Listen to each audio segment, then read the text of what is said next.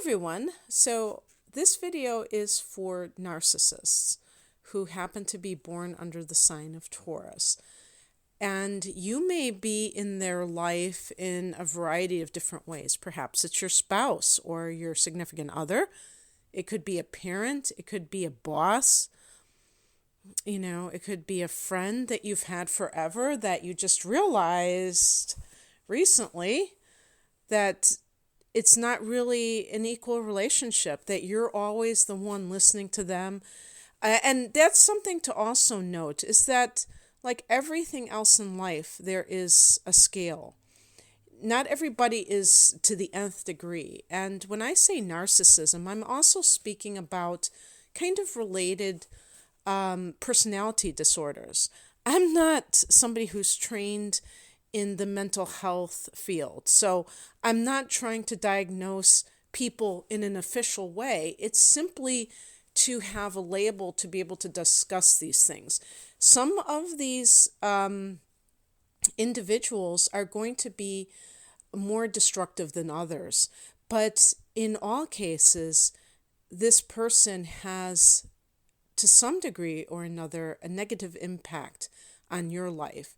And you have to decide if you're going to continue with this relationship, or at the very least, the intensity of your involvement with such a person, because you begin to see over time that it has a negative effect.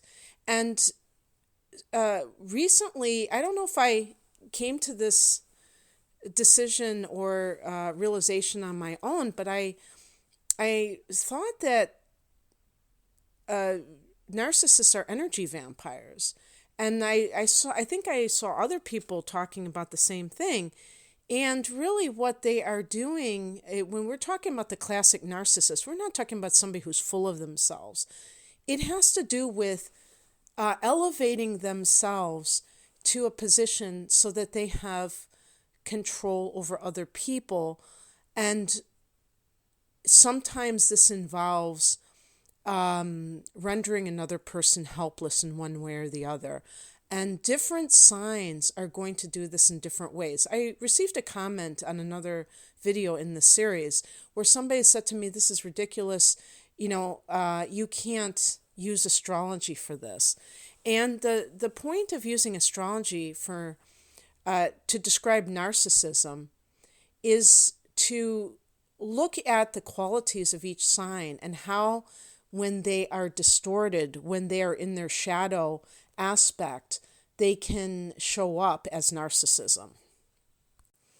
This is not to imply that everybody who is a Taurus, for instance, in this video, is going to tend to have these qualities.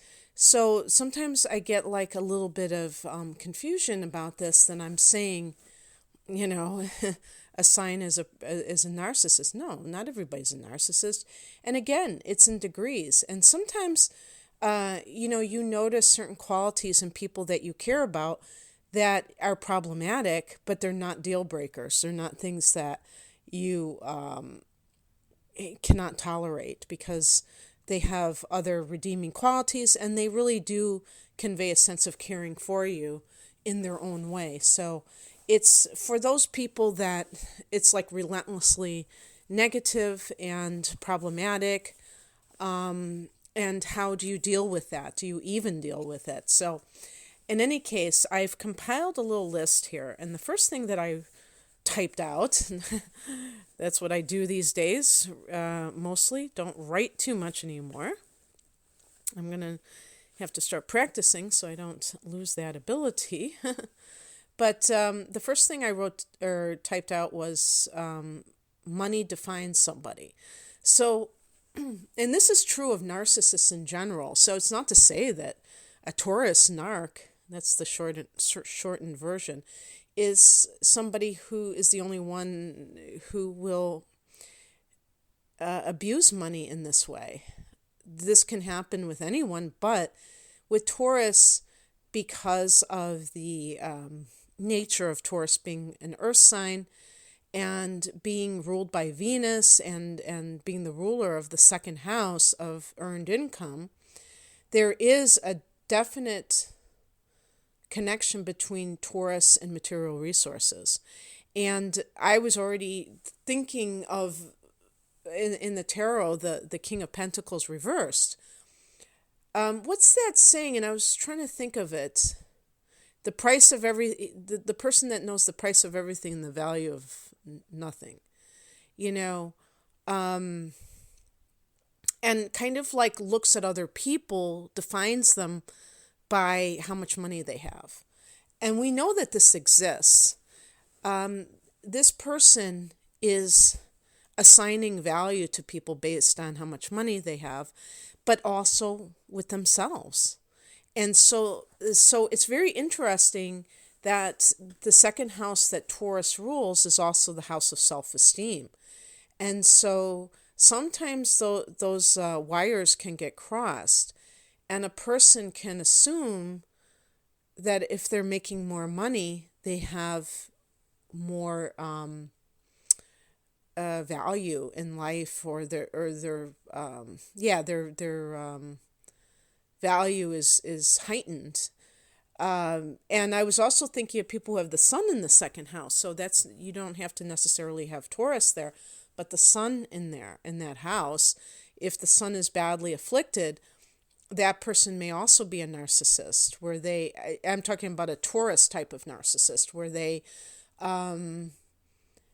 substitute self-esteem, because people who are narcissists have low self-esteem, but they will fool people into thinking that they are supremely confident.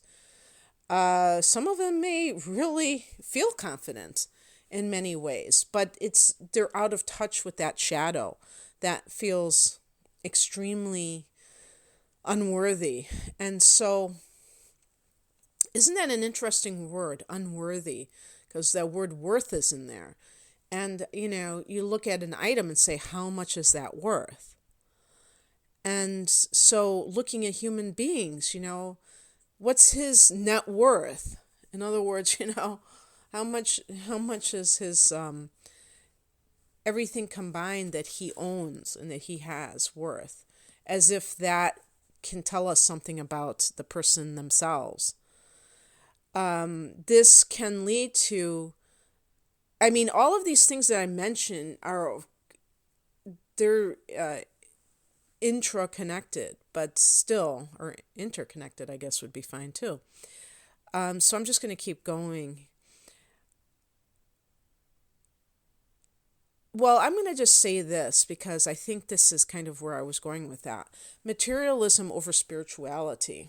So, worshiping the material world. Nature is God to me. So I'm not talking about the natural world. But in terms of material possessions, how much money somebody has, the experience that money can buy, going to Vegas, now we're going to do this, now we're going to do that. Again, there's nothing wrong with prosperity and abundance and things like that. If you're somebody who's into astrology and you're interested in kind of looking deeper at the motivations of people, as well as similar types of topics, you probably consider yourself a spiritual person. So what a materialistic person is. A person who is oriented in the material doesn't have the same regard for these things as you do. And they are much more what I would call mundane. They're much more interested in talking about what they just bought, where they just went, not as an enlightening experience. Like I went to Sedona and I had this amazing, there was so much amazing energy there, but I went to Vegas and I won this money in the casino. Or I saw this concert, but it was like, the hot concert of the season. There's always that sense of competing with others, wanting to have more than others and that sort of thing. So the ego is firmly entrenched here, but it's concerned with kind of these things that money can buy. And that's what I would call body consciousness. And all of the earth signs, are related to this because of the earth element, but they're not all going to have this. Now, Taurus is the first earth sign, so sometimes there's kind of almost like a child-like obsession with matter. And this can, go into the area of what they are focused on most of the time. And as a person gets older, because the body is temporary, this can be the person, if they develop diseases or medical conditions, that they give organ recitals. That's what they call them, where they're always talking about their aches and pains, their body, because their body, things that are in 3D, that's what's real to them, and they cannot appreciate that which is not part of this world. And this can have a negative effect because they are very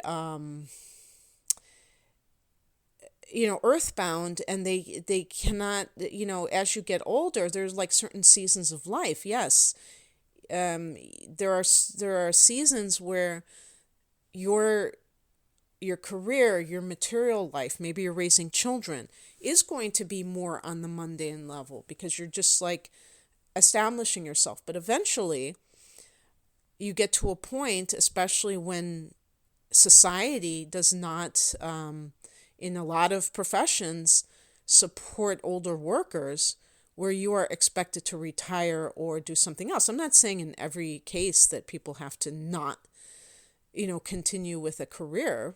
Some people can, it all depends on what you're doing. Ironically, if you're in a healing arts career, you might actually get better as you get older because you're developing more and more intuitive gifts and wisdom. But in some careers, you're going to be forced to, they're going to force you out if you won't quit on your own. And so you're left to yourself. And what have you developed within yourself? If you're so materialistic and you're always looking outside of yourself, I think that's the bottom line. So those kinds of people have nothing to fall back on. And so I was deciding, is the Taurus narc more of a malignant narc or a covert narc? And I think it can go either way. A covert narc is a narcissist who is the victim, or they, they're more on the dependent side. They're trying to become the center of attention with their problems. So this kind of person might dominate with their health problems because their body has been so overly focused on that when it starts to malfunction, that they are the one that they are now obsessed with it, with the malfunction, and trying to gain sympathy and attention from others in that way of their poor health. So another thing I mentioned was greed is good. Some of these things are kind of interconnected. Hopefully they're not redundant. I'm actually going to combine another bullet point, which is selfishness. Selfishness is a virtue. So these two kind of go hand in hand here. Kind of justifying this type of behavior. Greed, we know that phrase, greed is good, is from a movie called Wall Street that came out in the 80s with Michael Douglas. I never saw it, but it was about, I guess during the time, I think it came out like in 1986, and it was in the Reagan 80s when materialism was really running rampant. designer jeans, designer this, designer that, status symbols became a big thing. And, it's interesting numerologically that the number 8 is a number of worldly power, or, so it can include wealth. And it certainly seemed to, that vibration of the 8s seemed to be really what was going on in the 80s, which was such a far cry from the 60s and 70s that were more about introspection. 70s, which the number 7 actually represents, interestingly enough, and 60s, peace, love, and that kind of thing. Number 6 vibrates to Venus. The number 8 vibrates to that kind of thing with the, greed is good. And again, I keep talking about money, but it's an interesting topic because it's something that we need to live. So it's not something that we can just act like it doesn't exist. It does exist, but people abuse it. They abuse the power of it, like a parent with a child. So you may have a Taurus parent who borders on narcissism, who bribes their children from an early age to do what they want them to do. And if the child suddenly balks, which children often will when they're teenagers, when they're trying to individuate, kind of separate themselves as individuals from those around them, they will punish them with money. Oh, okay, you don't want to do what I want you to do? Okay, well, I'm not going to fund you anymore. And there's always been a debate about whether or not to give children money for their good grades, if that sets up a bad pattern, and things like that. So these kinds of issues are debated upon because of what I'm talking about is that manipulation with money. And that's another thing that I have down here, using money as power.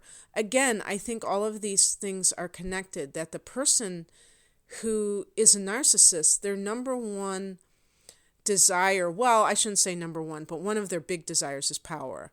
The other one is that they are seen as, somebody who is infallible, successful, infallible, what have you. And these kinds of desires can breed all kinds of traits that we're talking about that are very destructive to others, because other people just feel like pawns in their game, that they're just being manipulated to give this person a sense of themselves, and it's funny because I wanted to bring up the sexuality with this particular astrological sign and the misuse of it as well. So I put sexual prowess or attractiveness is everything to these people. Now, I am going to talk about gender, and this is not going to be true for everybody, obviously, but this is, even in 2020, we can still see this occurring, where women use their sexuality as a form of power, or trying to control or manipulate others, or for the source of money. You know what I mean? So whether it's being the trophy girlfriend or wife, whether, somebody, a man who is, I don't know if there's same-sex trophy wives. Maybe there are.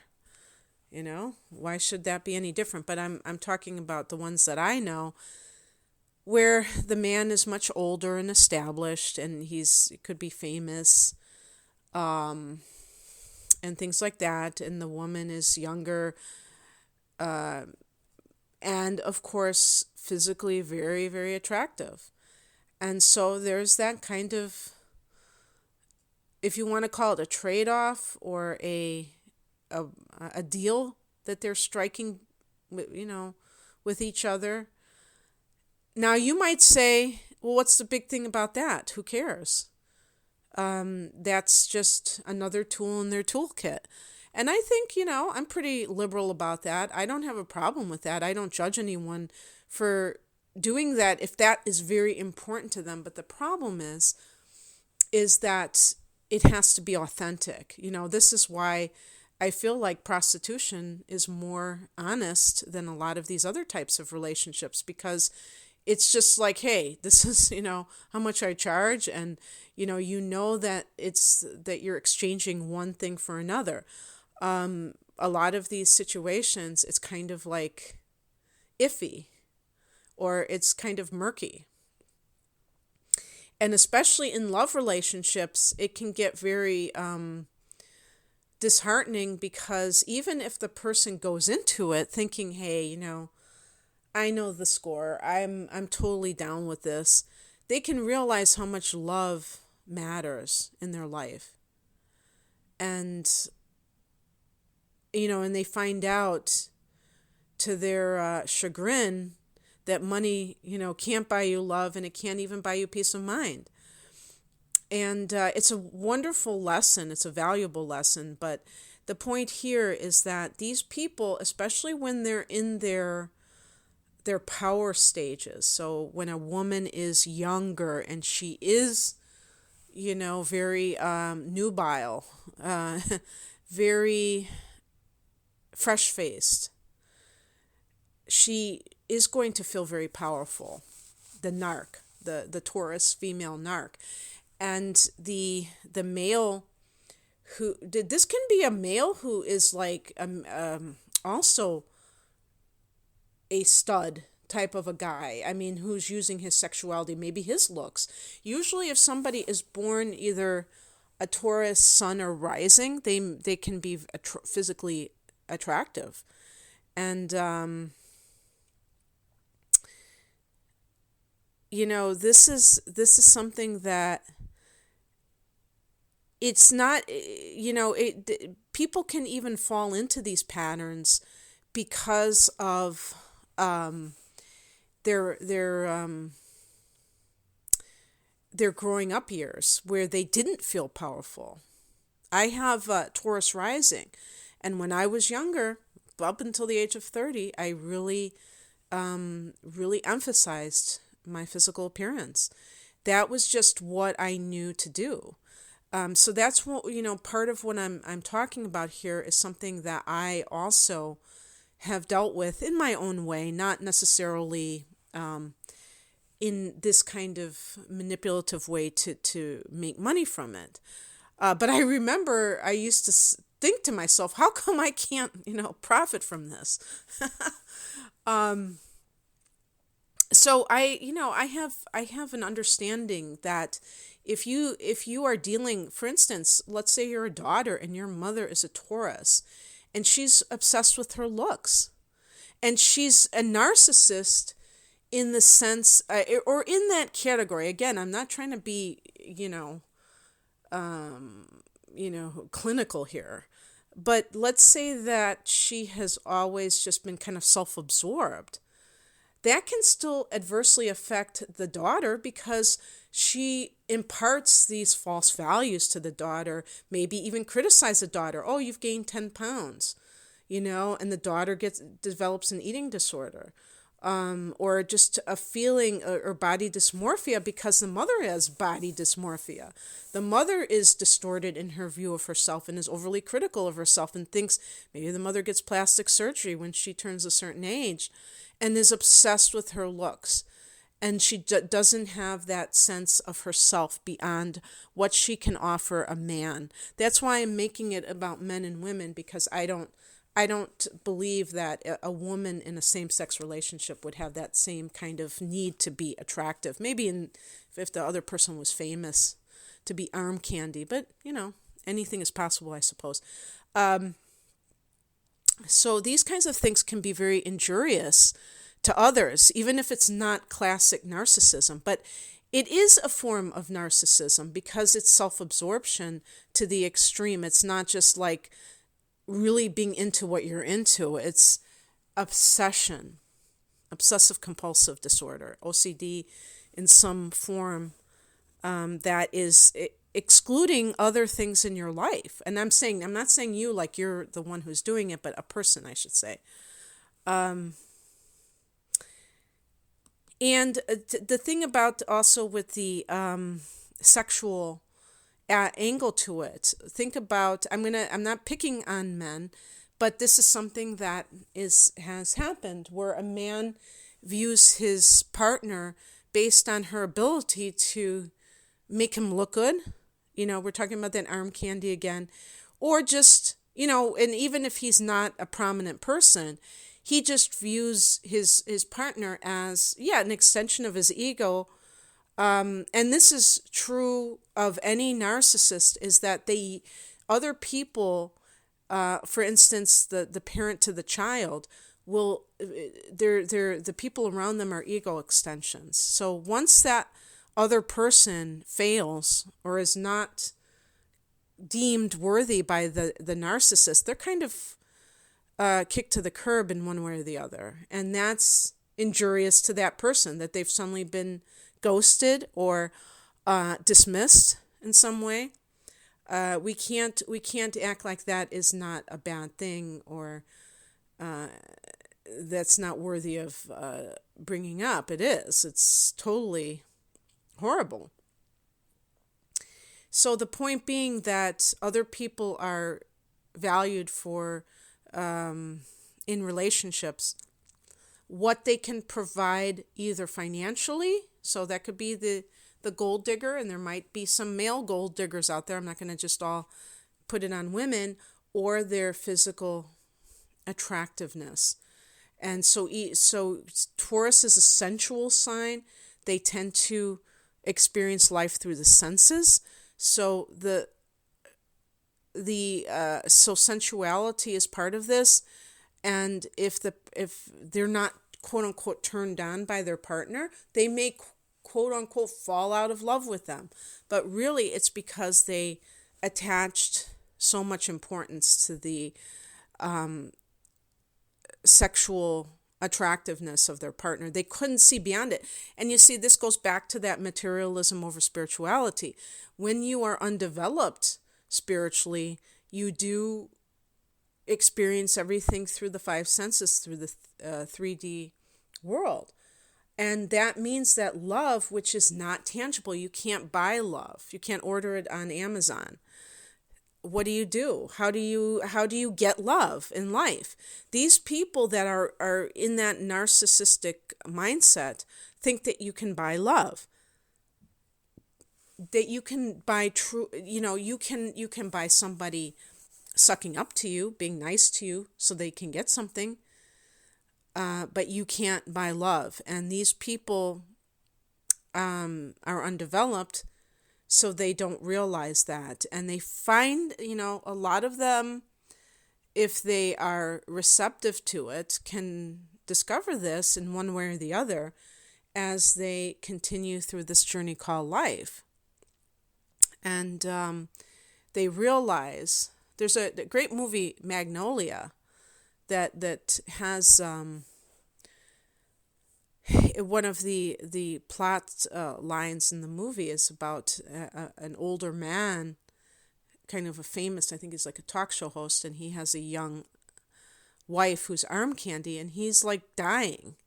And I think it's like, I haven't seen it in a long time, but the nurse, he bonds with the nurse, the male nurse. I think it was Philip Seymour Hoffman. What a great actor. And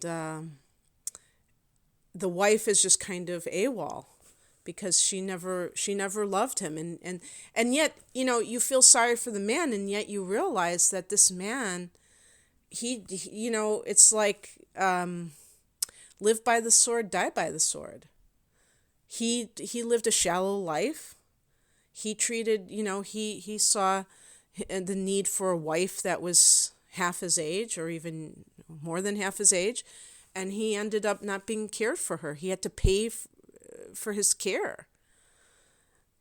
And these kinds of people, who knows, maybe nursing homes in some cases are filled with people who are narcissists, and they end up, it's like, and by the way, I'm not saying that that's true, because sometimes if you have dementia, a family, it's very hard to take care of them. So don't misunderstand me. But I do feel that, how you live your life is how you end your life a lot of times, and or how your life ends. And if you live a life where you are just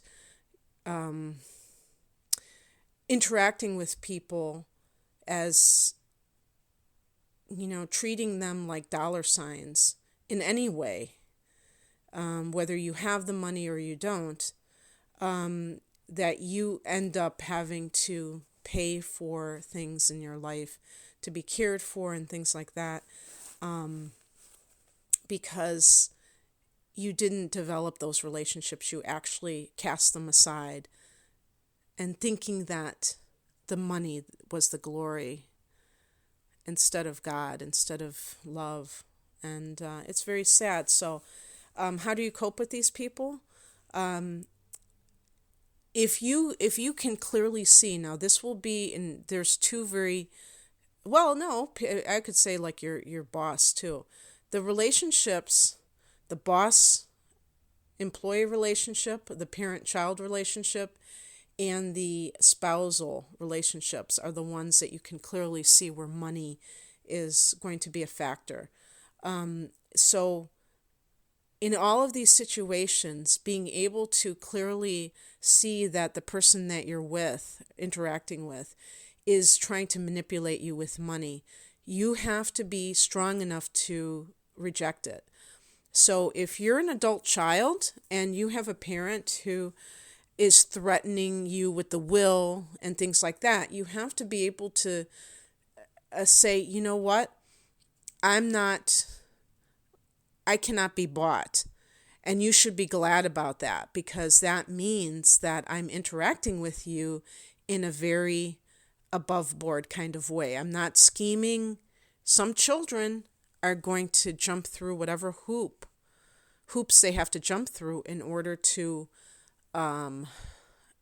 do what they have, to get that payout.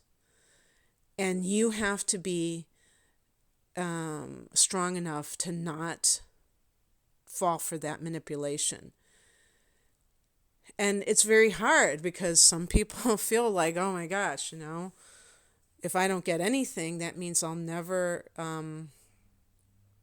rise in my station in life. And if the person has suffered from narcissistic abuse, that may have affected their choices in life. They may have had low self-esteem. They may not have accomplished things that other people their age have done, and they feel like this is the only time for them to have money. Well, first of all,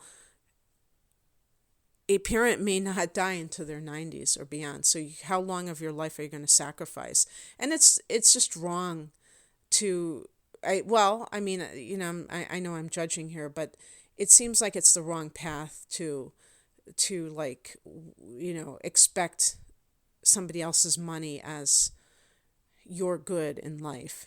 I don't think that is in alignment with the law of attraction. So the more that you can believe that you can generate your own wealth, I think the better off you'll be. And if this is and plus, again, they're going to try to exert power over you. So if you do that, you're going to be, really, really dangling on a string with these people. If it's a boss situation where they are, promising you things, saying that if, again, it's probably like sucking up to the boss or things like that. You have to be authentic in life, don't you? How much is it worth? Is it worth your self-esteem? Is it worth your sense of self-respect? These are my opinions, but I think that they are something that a lot of people can relate to, because in the workplace there is a lot of that going on, where people are, sucking up to the boss, and the boss is manipulating everybody around them. And I believe in authenticity at all times and never doing anything that goes against what you want to do simply so that you can get something for it. I just don't think that that's right. And I think that whenever you live in your own integrity, that God provides for you. I'm not saying that you're always going to get some kind of like a windfall, but at least you are provided for. And then if it's a husband, wife, or, boyfriend, girlfriend, living together. Well, I forget I'm saying boyfriend, girlfriend. A live-in situation, a marriage situation, okay? Regardless of gender combinations. In those situations, have your own money. Don't be dependent on that person. If you're a stay-at-home parent, create a home business so that you always have money, so that that person cannot, hold it over you like a sword. Because this is something, I don't know if I really emphasized it, but they can get their partner in that place of financial dependency.